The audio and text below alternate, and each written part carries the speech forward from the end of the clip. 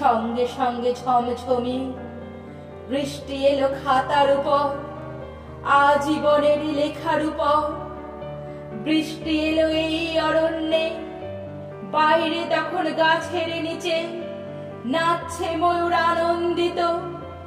এই গাছ ও গাছ উড়ছে পাখি, বলছে পাখি, এই অরণ্যে কবির জন্য আমরা থাকি।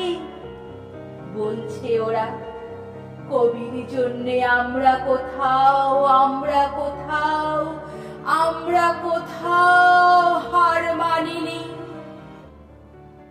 কবি তখন কুটির থেকে তাকিয়ে আছে অনেক দূরে, বনের পরে, মাঠের পরে, নদীর পরে, সেই যেখানে সারা জীবন বৃষ্টি পড়ে।